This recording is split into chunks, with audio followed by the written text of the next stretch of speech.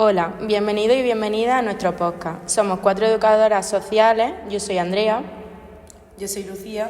Yo soy Natalia. Y yo soy Paula. En nuestro podcast queremos hablar un poco sobre la salud mental y queremos crear un espacio donde hablemos sin tabúes sobre este tema. Hoy nos adentramos más en el tema de los trastornos psicóticos y su relación con las conductas suicidas. Además, tenemos como principal objetivo no solo informar, sino abrir un espacio de reflexión y empatía donde podamos comprender mejor estas realidades y así romper el silencio que muchas veces las rodea. Porque hablar salva vidas y entender es el primer paso hasta el cambio. Vemos bien empezar definiendo qué son los trastornos psicóticos, ya que son trastornos mentales graves que alteran la manera en la que una persona es capaz de interpretar la realidad. Las personas pueden tener delirio, que se consideran creencias falsas que no se corrigen con la lógica, alucinaciones, que es escuchar o ver cosas que no están presentes, y tener un pensamiento desorganizado. Claro, como también pueden presentar comportamientos inusuales, habla incoherente o incluso estados catatónicos de inmovilidad o hiperactividad sin sentido. Sabemos que el más conocido es la esquizofrenia. Pero también hay otros, por ejemplo, como los trastornos esquizoafectivos o los trastornos delirantes. Incluso también episodios psicóticos breves que pueden impactar en las personas. Es muy importante recordar que tener estos trastornos psicóticos nombrados con anterioridad no significa que la persona que los padezca sea violento o no tenga la capacidad de vivir con autonomía propia. De hecho, con el tratamiento adecuado, muchas personas llevan una vida completamente estable y normal o normativa. Bueno, y habiendo ya comentado un poco sobre los trastornos, vamos a comentar ahora las conductas suicidas, que suelen abarcar desde pensamientos sobre la muerte, ideas de no querer seguir viviendo, hasta intentos de suicidio o un suicidio consolidado y consumado. Exacto, aunque no siempre significa que la persona se quiera morir. Muchas veces lo que desea es acabar con el sufrimiento emocional o mental que está sintiendo, o bien estas conductas pueden aparecer en muchos trastornos mentales, pero en el caso de los trastornos psicóticos, como hemos dicho anteriormente, el riesgo puede ser aún más elevado, especialmente si no se diagnostican o se tratan adecuadamente. De hecho, hay estudios como la OMS que dice que el suicidio es la segunda causa de muerte, sobre todo en jóvenes que se encuentran entre los rangos de edad de 15 y 29 años en el mundo. Y muchas veces se podría haber evitado si hubiese pedido ayuda a tiempo. Bueno, y también haciendo un poco de alusión a las personas con los trastornos psicóticos, que va muchas veces relacionado con las conductas suicidas, estas personas pueden sentirse aisladas, confundidas o también experimentar una gran angustia que les causa no poder diferenciar la realidad de su pensamiento. Claro, es que es eso. Además, pueden sufrir de estigmatización, perder vínculos sociales, laborales, familiares, lo que agrava su malestar. Y todo esto puede llevarles a una situación de desesperanza o a un sentimiento de no ver la salida que pueda favorecer el desarrollo de ideas suicidas o de cometer un suicidio consumado. Totalmente, no es que el trastorno en sí le genere el suicidio, sino que es un conjunto de sufrimientos, la falta de apoyo y el no tener ninguna herramienta y ningún tratamiento adecuado lo que les lleva a esa situación tan limitada a la que se exponen estas personas. Y por tanto, tras escucharnos a nosotras, hemos visto que hay mucho que entender. Por ello, lo mejor será comenzar a hablar con nuestra especialista. Hoy conversamos con una profesional del ámbito de la salud mental, con experiencia en el tratamiento de trastornos psicóticos, incluyendo esquizofrenia, y en la prevención del suicidio. Agradecemos su disposición para compartir sus conocimientos. Bienvenida. Hola chicas, muchas gracias por contar conmigo también. Queríamos empezar preguntándote que si podrías contarnos brevemente la formación que tú has tenido y cómo llegaste a trabajar en el área de la salud mental. Vale, yo empecé haciendo psicología en Almería hace ya bastantes años, ya soy más mayor, y luego me vine aquí a Granada a hacer un máster de psicología social, luego opté por oposiciones, pero vino la pandemia, vino el COVID. Y entonces cuando terminó el COVID me agobió un montón de estar tantos años encerrada en la casa y dije voy a hacer un módulo. Y entonces hice el módulo de integración social. Sí, de integración social. Y en las prácticas de ese módulo fue donde estuve trabajando en salud mental. Primero estuve unos meses de práctica y luego ya estuve como trabajadora normal porque me contrataron. Y en total, por si os sirve, creo que estuve como 1 año y medio o algo así, entre práctica y trabajo normal. Entonces eso es un poco... Bien. Información. ¿Y el primer trabajo que tú tuviste relacionado con pacientes diagnosticados con trastornos psicóticos y eso? Pues esta es mi única experiencia con trastornos psicóticos como tal. Luego, evidentemente, es una cosa transversal. También he trabajado, por ejemplo, en adicciones, y adicciones con marihuana y otro tipo, pues tienen también asociadas muchas veces esquizofrenia y demás. Pero bueno, más específicamente, que sea un recurso solo dedicado como a esta parte de salud mental, solo trabajo en esta residencia que os he dicho. Vale. No sé si he dicho qué residencia. Es una residencia de discapacidad psíquica o psicodeficientes, que era como se llamaba antes. Ya se le dice discapacidad psíquica. Menos mal. Sí. Sí. Sí. Y desde tu experiencia, en lo personal, ¿qué caracteriza a un trastorno psicótico y en qué se diferencia de otras enfermedades mentales? Yo creo que la principal diferencia es la desconexión con la realidad. O sea, porque luego hay un montón de síntomas que son comunes a otras patologías, pues tendencia a la depresión, lenguaje desorganizado, comportamiento desorganizado, catatonia, todo este tipo de cosas se pueden encontrar también en otras patologías, pero creo que la desconexión con la realidad es como lo que más caracteriza realmente que sea un trastorno psicótico o un espectro de la esquizofrenia, me da igual. Creo que es un poco eso la clave. Vale. Y luego, por ejemplo, ¿cómo piensas, o desde tu experiencia también, que se manifiestan patologías como la esquizofrenia en la vida cotidiana de los pacientes y así? Vale, esto es muy guay porque como yo estuve trabajando en un recurso residencial, pues esta residencia era más como de carácter temporal. O sea, lo que se pretendía era que ellos ya adquirieran habilidades y luego pues pudieran volver a la vida normalizada y no vivir en un entorno residencial, que nadie quiere vivir en un entorno residencial. Entonces es verdad que nosotros trabajábamos mucho pues fomentar las habilidades de la vida cotidiana, hacer la cama, ser capaces de cocinar alguna cosa, llevar una rutina, ordenar un poco, organizar tu ropa. Y es verdad que esta parte la tenía muy afectada, muy afectada, o sea, muchísimo. Precisamente por eso, por lo que cuento de la desconexión con la realidad. Yo me acuerdo una vez que con una usuaria, eran como las 8 de la mañana, yo tenía turno de mañana, entré a la habitación, y entonces claro, nuestro objetivo toda la mañana era que consiguieran hacer la cama. Entonces me acuerdo que entré y yo decía, venga, pues vamos a empezar, vamos poco a poco. Y entonces esta chica, que era muy joven, me decía, no puedo, la habitación está llena de gente. Y yo decía, vale, digo, vamos a ver cómo abordamos esto, porque estábamos las dos solas. Entonces digo, venga, pues vamos a ir echando a la gente poco a poco. Pues venga a hacer aspavientos, como para que la gente fuera saliendo de la habitación, debajo de la cama, haciendo como que sacaba gente, ella abría el armario, venga como a sacar gente y tal, del cuarto de baño, total, que al final estuvimos casi 2 horas solo para hacer la cama. Sí. Entonces, el problema es que no, por lo menos los que estaban en esta residencia no son capaces de llevar una vida cotidiana normal, entonces es que están afectadas todas las áreas. Si yo me tiro 2 horas para hacer la cama por la mañana y porque tengo ahí una persona que me está sacando gente de la habitación dentro de su delirio, y luego, después de 2 horas, consigo hacer la cama, ¿cómo voy a irme a trabajar, a mantener una vida? Lo que se dice que es normalizado, es que es imposible. Claro, entonces, eso como trabajadora realmente es frustrante, ¿no? Sí, bueno, este trabajo en general es muy frustrante porque los avances son mínimos. O sea, es un recurso temporal, pero realmente pues pueden tirarse allí años y años y...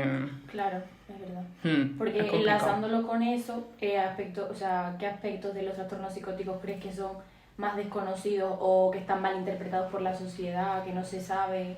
Pues mira, yo creo que aquí, igual me contradigo un poco con lo que acabo de decir, pero creo que más como los síntomas de negativo, o sea, el comportamiento más desorganizado, el lenguaje desorganizado. A lo mejor una persona que tiene un trastorno psicótico se pasa 1 hora en la cama todo el día llorando porque está muy triste, porque tal. O sea, creo que los síntomas negativos son bastante más desconocidos. O sea, puede parecer que una persona con esquizofrenia está todo el día movida, no sé qué. No, o sea, hay muchísimos síntomas negativos, aislamiento, apatía, muchísimo. Entonces creo que la gente igual pues no asocia tanto este tipo de trastornos o de patologías con personas que pueden llegar a tener tendencia a la depresión o incluso intentos de suicidio, pero no por esa parte positiva, sino por la negativa, por la de los síntomas negativos. Claro. Diría que eso. Entonces, ¿qué importancia crees que tiene la detección sí, y el diagnóstico temprano de estos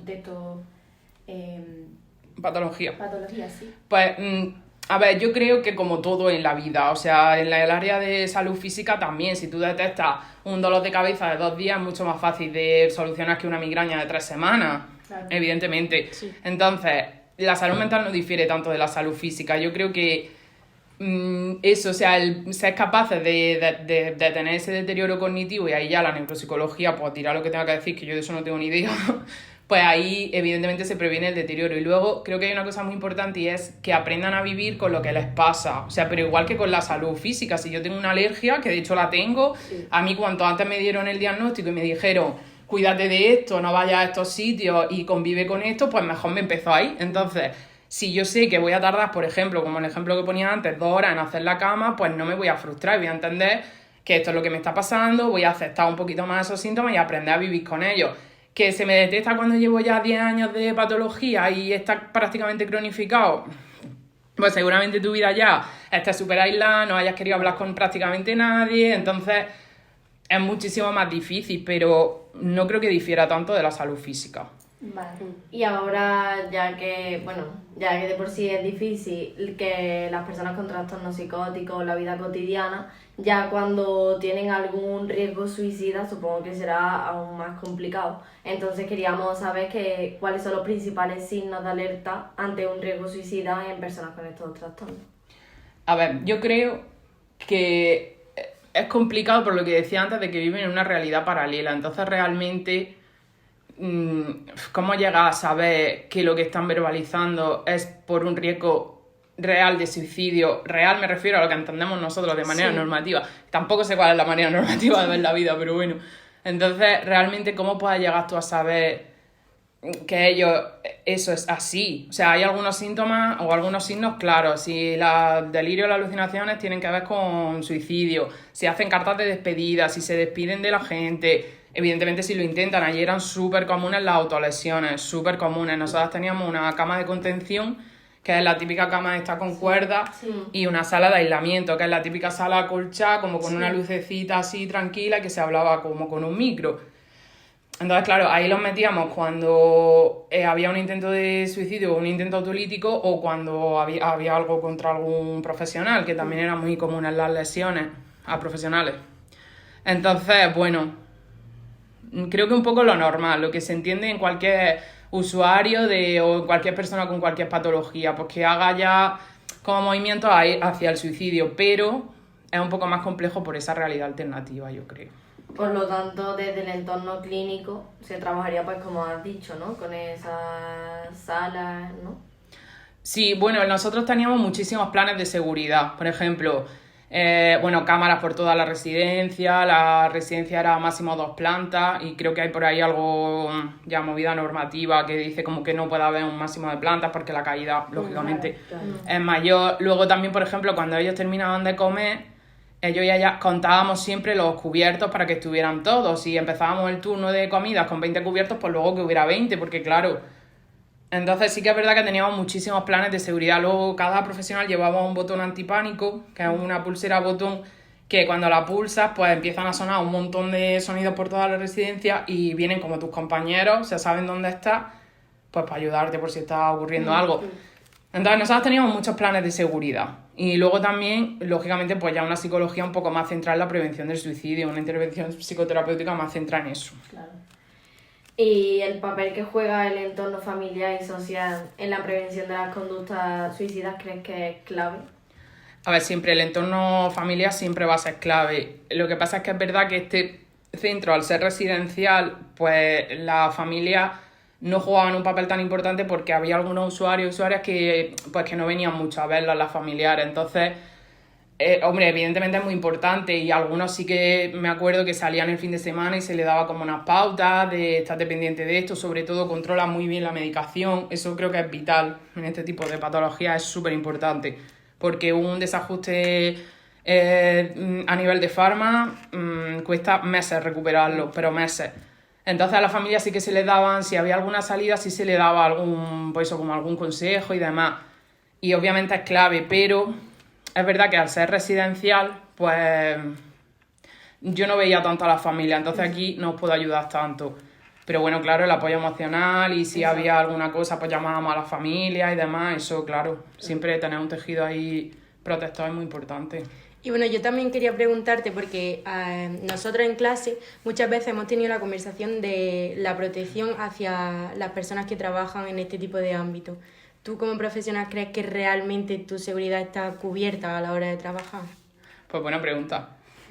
A ver, realmente, y ahora más con toda la que hay un poco ahora montada a nivel de educación social precisamente y demás, por las mujeres estas que asesinaron los niños y demás, a ver, realmente hasta qué punto puedes cubrir tu seguridad al 100% en un puesto de trabajo, ¿no? O sea, por muchísimas medidas que tengas, pues siempre puede haber un recoveco y siempre puede haber algo. Ahora, que este tipo de centros en concreto sí que es verdad que estaban muy bien protegidos, lo que he dicho antes, botón antipánico y demás, y un montón de cámaras, entonces ahí sí que es verdad que sí pienso que estábamos protegidas todo lo que se podía. Sí. Ahora, que siempre se puede más, por supuesto. Que he trabajado en otros recursos que a lo mejor no tienen ese carácter de, pues, de personas con trastornos de conducta graves y no hay ningún tipo de protección, pues por supuesto, porque he estado en 1000 sitios en los que pues, a lo mejor estás con menores, como la chica esta, y se entiende que no tienen ningún tipo de agresividad y demás, y entonces la protección es nula. Lo que pasa es que es verdad que aquí sí que había medidas porque estábamos muy expuestas a situaciones muy complejas todos los días. Eran muy agresivos. Claro. Y agresivas muchísimo, o sea, muchísimo.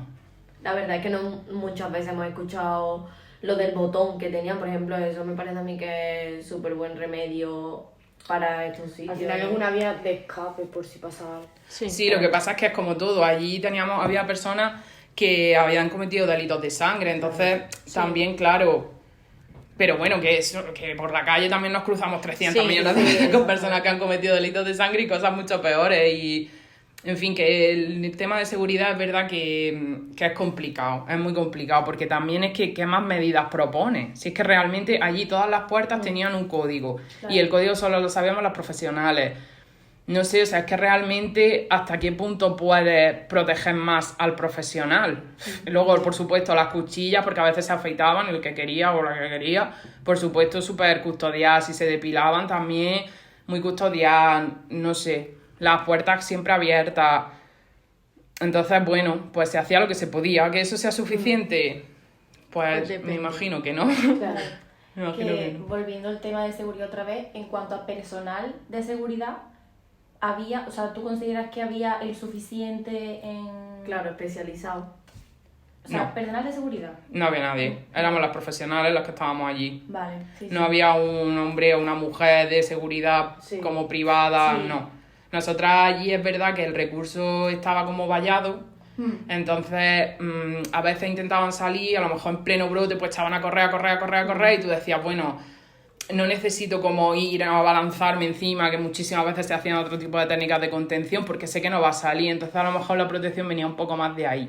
Luego, por supuesto, pues no era... O sea, este recurso no era el primer acceso a la asociación, estaba como muchísimo más apartado, entonces tenías que pasar una serie de controles de seguridad, pero en el recinto como tal, no había nadie. ¿Y te daban algunas pautas para hacer contenciones?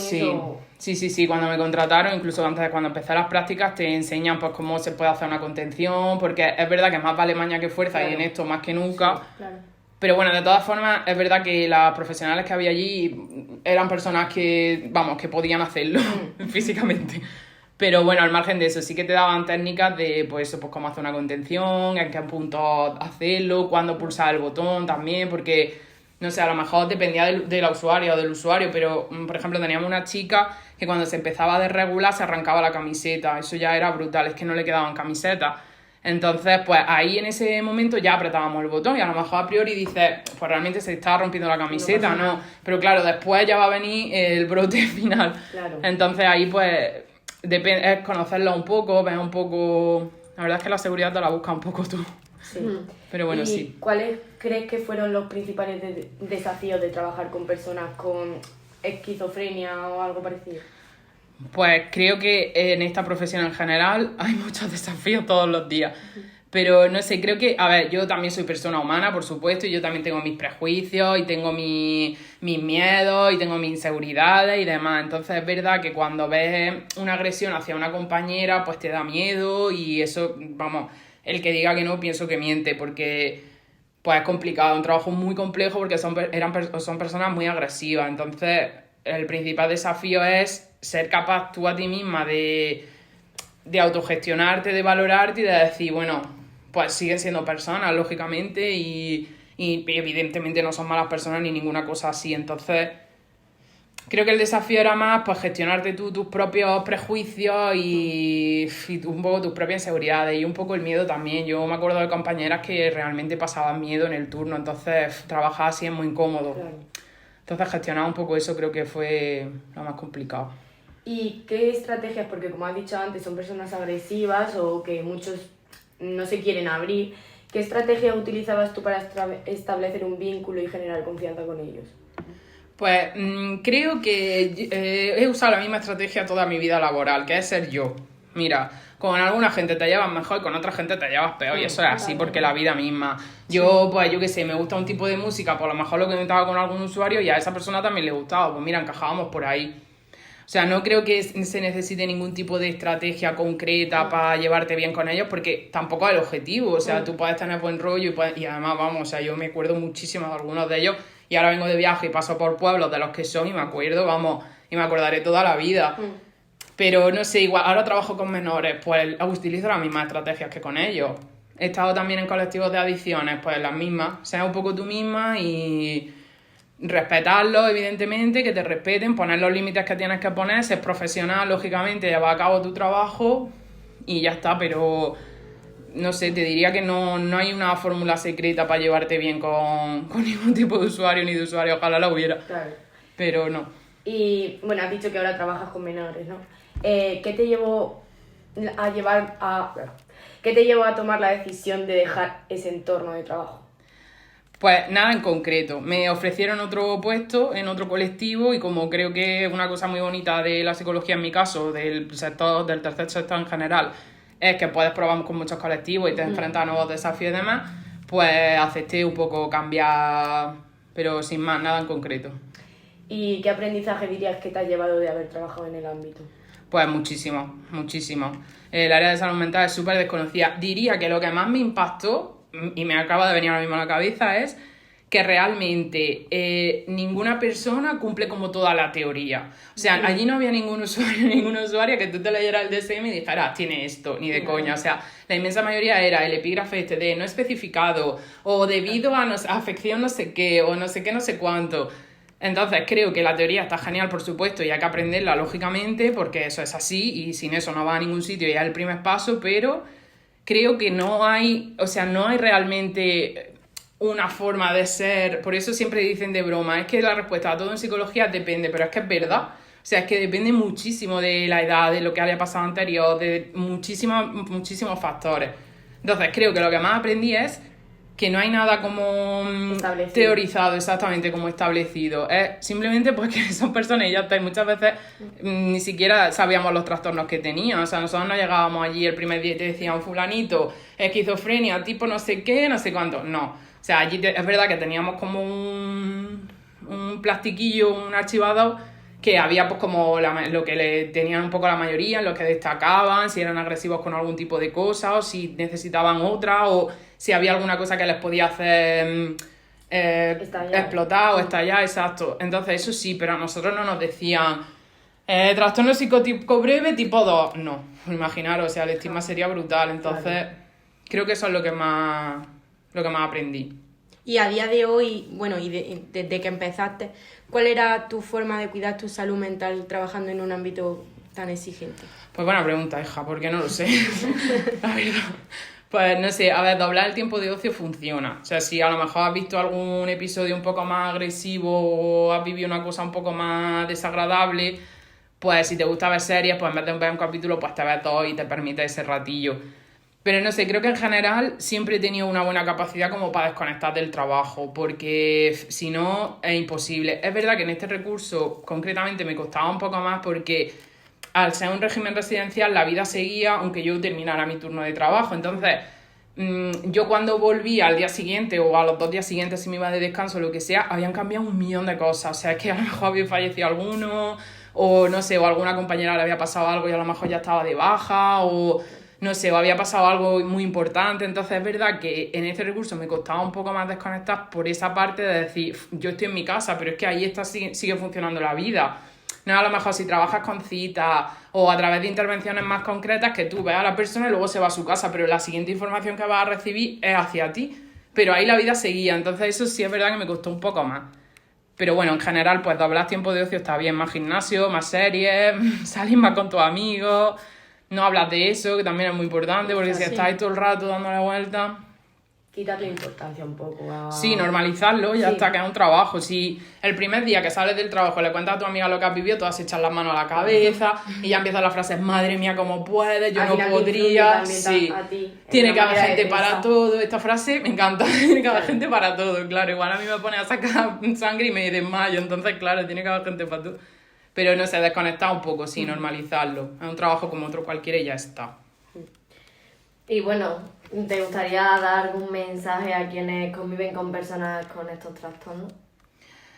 A quien convive con estos trastornos, diría que pidan ayuda, que no es ningún tipo de fracaso, pues pedir ayuda, recursos, ayuda a profesionalizar, que somos muchas las profesionales que nos dedicamos a esto y que tenemos como esa visión un poco más objetiva. Entonces diría que pidieran ayuda, que es muy complejo y que es algo muy difícil, y que igual que si a X persona de tu familia le está dando un infarto y tú no intentas arreglarlo y enseguida llamas a urgencias, pues porque en el área física sí, pero en el área de salud mental no se pide ayuda, ¿no? Claro, más bien, información también. claro, exacto, se lo tragan todas las familias, es como no, es que es un fracaso si mi hijo o mi nieta, yo que sé, ingresa en esta residencia, no. O sea, realmente es que es importante pedir ayuda, porque para eso está la profesionalización.